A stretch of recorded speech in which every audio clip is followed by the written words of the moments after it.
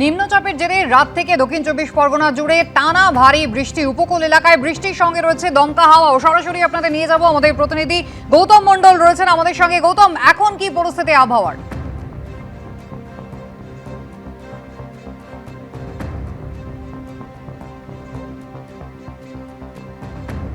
জোয়ার শুরু হচ্ছে আস্তে আস্তে, কিন্তু আকাশ কালো মেঘে ছেয়ে আছে।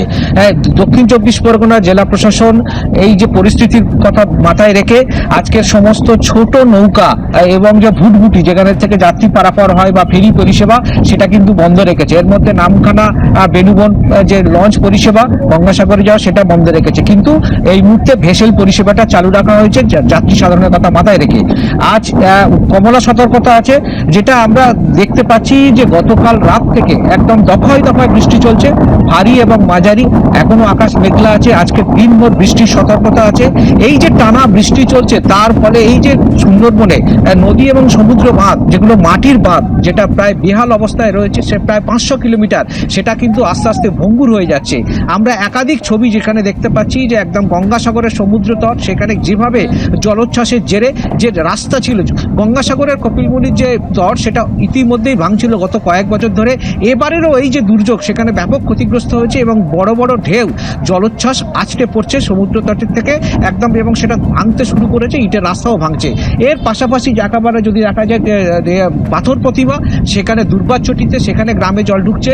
এবং সাগরের গঙ্গাসাগরের পাশে বেগুয়াখালী বলে একটি গ্রাম রয়েছে, মহিষমারি বলে গ্রাম রয়েছে, এই দুটো গ্রাম, সেখানে 100 মিটার মাটির বাঁধ ধস নেমেছে এবং নোনা জল ঢুকছে। সব মিলিয়ে পরিস্থিতির উপর নজর রাখছে দক্ষিণ চব্বিশ পরগনা জেলা প্রশাসন।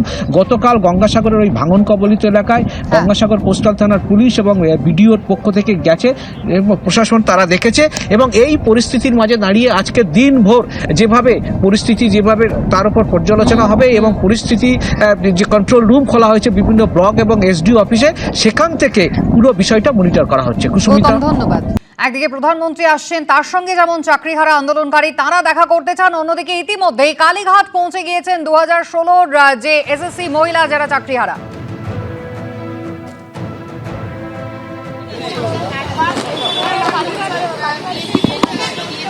আবার আমাদের ওই জায়গায় ফিরে নিয়ে যাওয়া মানে সেই সীতার দুবার হচ্ছে অগ্নি পরীক্ষা, তো সেই বারবার অগ্নি পরীক্ষা তো হতে পারে না। তো সেই জায়গা থেকে ওনার সাথে কিভাবে এই জায়গাটাকে আমরা কিভাবে সলভ করতে পারি, সেটাই তো এবার আমরা যাই কাজটা করতে, কারণ উনি তো বেরিয়ে যাবেন। কিভাবে সম্ভব হবে? নিশ্চয়ই তো ওনার কোনো আধিকারিক থাকবেন, কোনো অফিস মানে অফিসার থাকবেন, তো তাদের সাথে সেইভাবে কন্ট্যাক্ট করে কিভাবে ওনার সাথে সাক্ষাৎ করতে পারবো। শুধু আমরা এই কজনই যে কোনো মিছিল নয়, কোনো আলাদা কোনো মোটিভেশন নয়, সেখান থেকে ওনার অফিসিয়ালরা যে পথ দেখাবে আমরা সেই পথে হাঁটবো, যে কিভাবে ওনার সাথে দেখা করতে পারি। আপনার পুরো নাম? সঙ্গীতা সাহা। চাকরিহারা শিক্ষক শিক্ষিকা এবং শিক্ষাকর্মীদের 5 জন মহিলা প্রতিনিধি, অর্থাৎ যারা শিক্ষিকা, তারা ইতিমধ্যেই কালীঘাটে এসে পৌঁছেছেন এবং কালীঘাটে আসার পর পুলিশ কর্মীরা এই মুহূর্তে তাদের সঙ্গে কথা বলছে। তাদের যেটা দাবি যে আগামীকাল বিজ্ঞপ্তি জারি হবে পরীক্ষার, কিন্তু তার আগে তারা একবার শেষবারের জন্য মুখ্যমন্ত্রীর সঙ্গে দেখা করতে চান এবং দেখা করে তাদের যে আবেদন, সেই আবেদনের কথা জানাতে চান যে তারা পরীক্ষায় বসতে চাইছেন না। কারণ যে সময় তারা পরীক্ষায় বসেছিলেন, পরীক্ষায় দিয়েছিলেন, তখনকার যা পরিস্থিতি ছিল, এখনকার পরিস্থিতি কিন্তু অনেকটাই ভিন্ন। একদিকে তাদের স্কুল যেতে হবে, তার সঙ্গে সংসার সহ নানান অন্যান্য বিষয় রয়েছে এবং এই পরিস্থিতিতে তারা আবার নতুন করে পরীক্ষায় বসতে চাইছেন না। তাই একদিকে প্রধানমন্ত্রীর সঙ্গে যেমন একাংশ দেখা করতে গিয়েছেন এবং অন্যদিকে যারা শিক্ষিকা রয়েছে, যারা আন্দোলন চালিয়ে যাচ্ছেন বিকাশ ভবনের সামনে এতদিন ধরে, তাদের মধ্যে কয়েকজন শিক্ষিকা আজকে কালীঘাটে এসে পৌঁছেছেন এবং এই মুহূর্তে দেখা যাচ্ছে যে পুলিশ কর্মীরাও সেখানে রয়েছেন এবং তারা পুলিশ কর্মীদের সঙ্গে কথা বলছেন যে কিভাবে তারা মুখ্যমন্ত্রীর সঙ্গে দেখা করতে পারেন। তারা আগে থেকে কোনো অনুমতি পাননি, তারা একেবারে সরাসরি কালীঘাটে চলে এসেছেন মুখ্যমন্ত্রীর বাড়ির সামনে।